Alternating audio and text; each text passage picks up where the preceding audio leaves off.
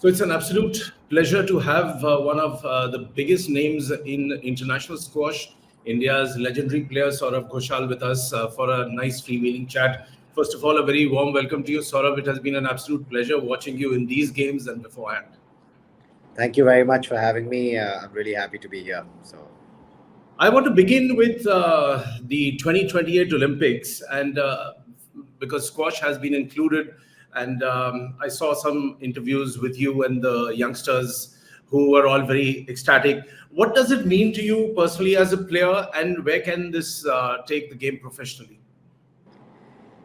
I think personally, for me as a player, it's something that we've always wanted to do. The Olympics has been like this elusive games which we've never kind of made it to. Ever since you've been young, you watch the Olympics and you see some unbelievable feats of sport, and it's just been something that we wish we could be part of that and have an opportunity to showcase what we're all about. Now that is a possibility. For me personally, I don't know yet if that's a possibility because obviously I'm 37 right now, and by the time the Olympics comes around in LA in 28, I'm going to be almost 42. So it's a decision that I kind of have to sit down with my team and my family and myself eventually to see if I can actually push it till then and have a realistic shot at winning a medal. Regarding professional squash, I think it goes really well with the kind of the Olympism ideals of excellence, friendship, and respect. Integrity, inclusivity, and innovation underpins professional squash and world squash's strategy. And I think it's going to really, really help us grow to a lot more markets around the world. Get in a lot more kids playing the game because you have a tangible kind of end point or goal in terms of the Olympics, and that is the pinnacle of world sport. Being in the Olympics is something which every kid I think will dream of, being an Olympian and obviously winning a medal for your country at a games like the Olympics is the ultimate source of pride. So I'm sure that this is going to give a massive impetus to the sport, not just in India at the grassroots level, but I think all over the world. And we're going to see a lot more squash players coming out of a lot more corners in the world. You've been playing competitive squash from the age of 16, I believe.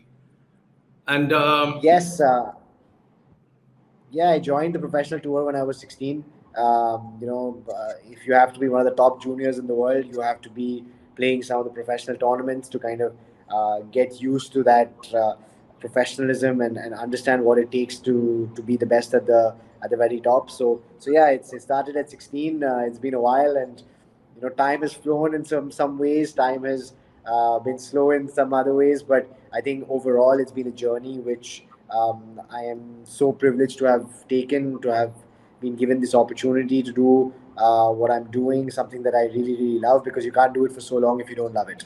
Of course, there are phases where you don't love it as much, but overall, it's something that has given me a lot, and I'm totally indebted and grateful for that opportunity. listening to the commentary while you were playing this time in the at the Asian Games, there were at least a senior Hindi commentator whom I know personally, old friend of mine, and the others who kept complimenting you कि उनको देख के लगता ही नहीं है कि वो 37 है, कैसे कमाल का fitness है. So for a lot of youngsters who look up to you because you are this iconic figure in India and your name is associated with top level squash. You went pro. So, how do you maintain this level of fitness and what does it take? How many hours of training? What is the kind of nutrition? They would all want to know from you. Yeah, look, I mean, first and foremost, keeping it simple, it takes a lot of hard work. There's no kind of substitute for that. But at the same time, it's not just about the quantity, but it's also about the quality of hard work that you put in. And I think in that sense, I've been working with my physical trainer, Damon Lee Dale Brown, who's an Englishman living in Philadelphia now for the last 10 years. And every summer, which is our off season in the squash world, we kind of sit down and figure out what are the things that we really need to work on.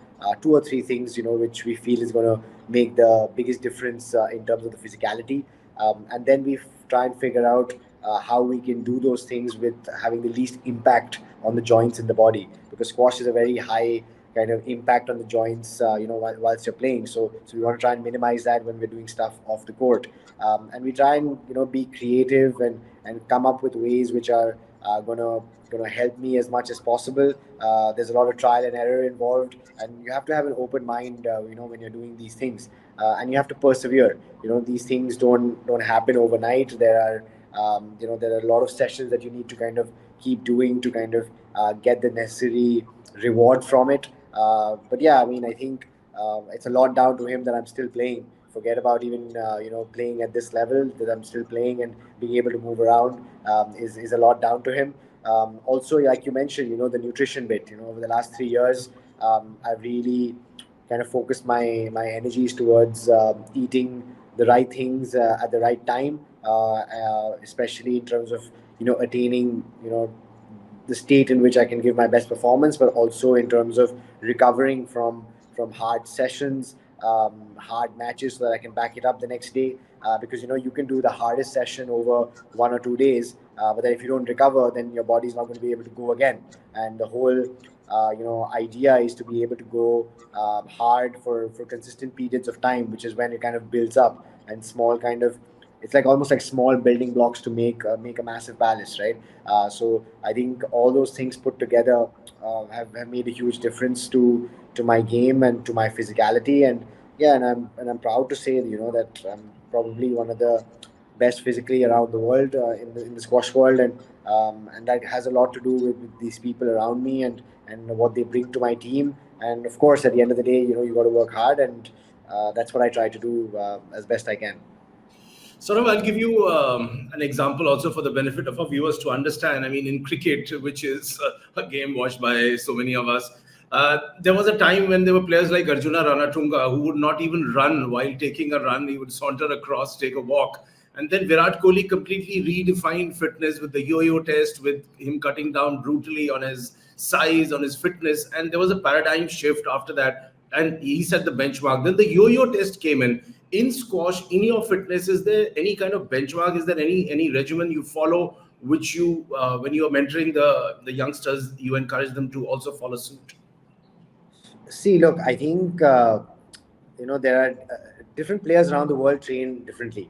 So I wouldn't say that there is one uniform test like the yo-yo test, which is used in cricket, which measures someone's physicality as best possible. So some people do 400-meter sprint intervals. I think the hardest session that I do is probably a hill sprint interval, which is basically like the hill sprint is like about 45 to 50 seconds, but it's flat out, and then you're on a rolling like 3.5 minute clock, and then you go back again, and basically just trying to keep the time within a certain amount, so that you can keep going again and again. And I think that's probably the hardest one that I do. But yeah, I mean, there are a lot of things, and it's you have to like understand that there are a lot of different components to being physically very good. I think doing stuff in the gym in terms of strength training, you have to be very good at that, because you need that to be able to stabilize yourself when you're going very quickly, and then to hit the ball and then come back. So it's not just important to go from A to B, but it's very important to go from A to B and then back to A, so that you don't expose yourself in terms of empty spaces on the court.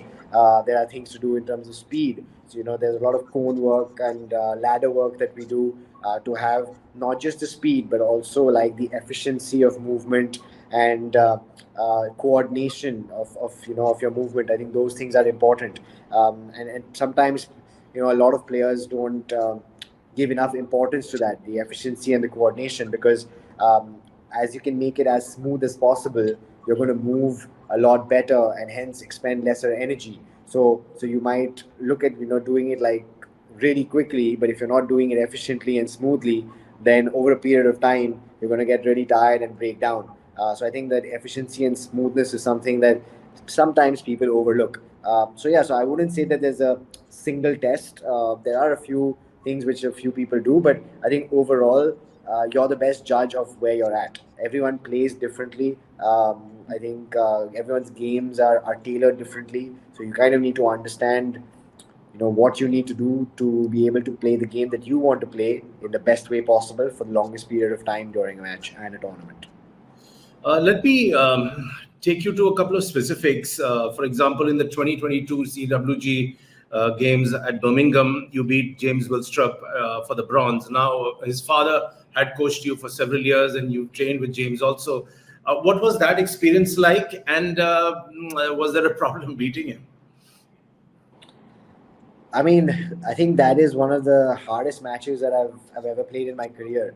Obviously losing the semi-final the day before against Paul Call, who went on to win the gold, that was hard. It is a disappointment, and then to kind of like mentally and physically like rev yourself up again for a bronze medal playoff is not easy, anyways.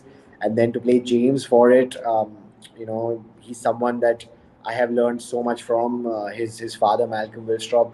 I am the professional player I am because of all the work that he did with me over all those years. And it was almost like Malcolm was like the theory and James was the practical demonstration of it. And without almost the two of them in tandem, it would have been very difficult for me to understand and inculcate exactly what Malcolm wanted me to do. And James and me are great friends, off the court as well. We share so many hotel rooms on the professional tour. He's one of the nicest human beings, forget squash players, that I know. And he's a brilliant, brilliant person. And he's obviously at the tail end of his career now, and I'm actually um, training with him now in terms of he's coaching me a lot as well since the beginning of this year. But no, I think the difficult part was to be able to kind of like zone my head in and focus on the things that I needed to do. And also knowing that James is such a fantastic player. He was a defending Commonwealth Games champion from 2018. He's a former world number one, and it can't get tougher than that. And I think I'm very very proud that that day the squash that I produced, considering the circumstances, is one of the best performances that I've ever produced in my career. I couldn't even have dreamt of what transpired that day in terms of me winning three love. Even in the visualizations in my head, three love didn't exist. It was 3-1 or 3-2 with me winning, and going through a lot of pain and somehow finding a way and getting out squashed in a lot of ways because James is one of the best squash players in the world. So I mean that was something that like it was almost unbelievable. And to do it in that kind of context and the Commonwealth Games with winning India's first individual medal ever at the Commonwealth Games in squash. And for me, it's been a chase for a long time. I've had a realistic shot at a individual medal since 2014. I came close in 2014, lost the bronze medal playoff to Peter Barker of England. And then 2018 was a big letdown because I trained really well, but I lost my first match, which was a complete shock. And it was one of those moments in your career where I kind of felt that maybe I'm done. This is not for me, and I can't do what I need to do at the very top. And I was very very close to walking away. And then to do it in 2023, 22 last year was it was very very emotional, very overwhelming, and um, yeah, it was very difficult. But I mean, to answer the latter part of your question, no, it wasn't difficult after.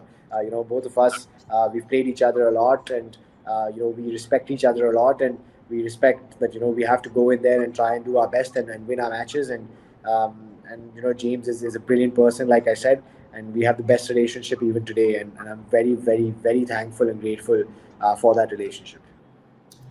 There was another moment at the Birmingham games, and I was watching it live. And this commentator, British commentator, he was somehow getting wound up by a certain ritual that you follow. You are sort of strapping your laces and putting the racket down. And he went on saying that sort of has this, whether you call it superstition, whatever you may call it, and it was very amusing. At the same time, I found it very interesting. So for you, is that a ritual or is it a superstition?